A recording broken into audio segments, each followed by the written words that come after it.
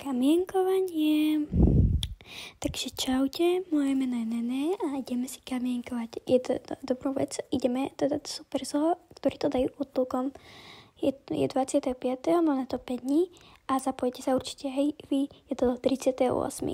Každý predajný Super Zoo. Poďme na to. Ako prvé som to skúšala s akrylovými farbami, alebo ak sú to farby a to mi vôbec nešlo. No, asi išlo, ale najprv som dala fialový obklad, potom som sa to snažila zachrániť bielou. Chcela som proste podľa niečo Pinterestu, ale to sa nevydarilo. Tak som to skúsala nejak zachrániť, ale to sa nevydarilo, tak som to chcela niekde vyhodiť. Ako na mne vidíte, ne.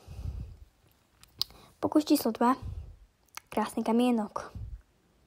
Zobrala som fixky, lebo na to sa už nedá spoľahnúť. Jednu čiernu fixku a na to idem kresliť vlastne ten základ, čiže písmena a toho psíka. A jednou rukou som musela, lebo tobinka, ako vidíte, som musela škrapkať, lebo to je proste môj ňuňu, no. Čo viac k tomu povedať.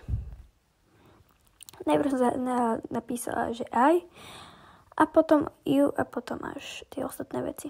Tu už vidíte, že mám ten základ hotový a išla som. A potom som už vyfarbovala iba hnedou farbou a čiernou z mojich detaily a také veci. A potom som išla samozrejme bielou a najtenším štecom, lebo prečo nie.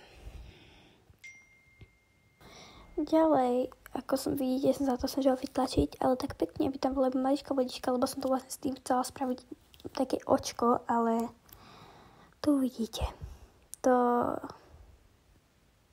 nedopadne dobre. No, takže ďalej, aby sme nezdržali čas, kým sa to vysuší, tak som to vlastne chcela aj farbiť ešte dokresliť to fialovou farbou a chcela som vám toto ukázať.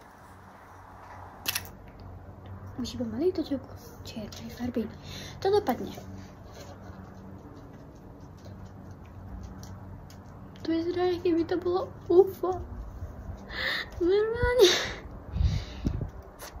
Asi sa vyhovorím, že to spravila nejaká moja mladšia kamarátka, lebo nie som s tým 3-krát spokojná.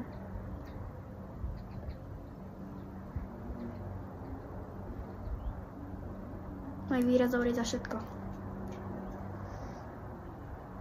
Snažím sa to zachrániť, ale keď sa to mračilo. Počkej, ja to chcem ukázať. Neviem, ako som to zachránila.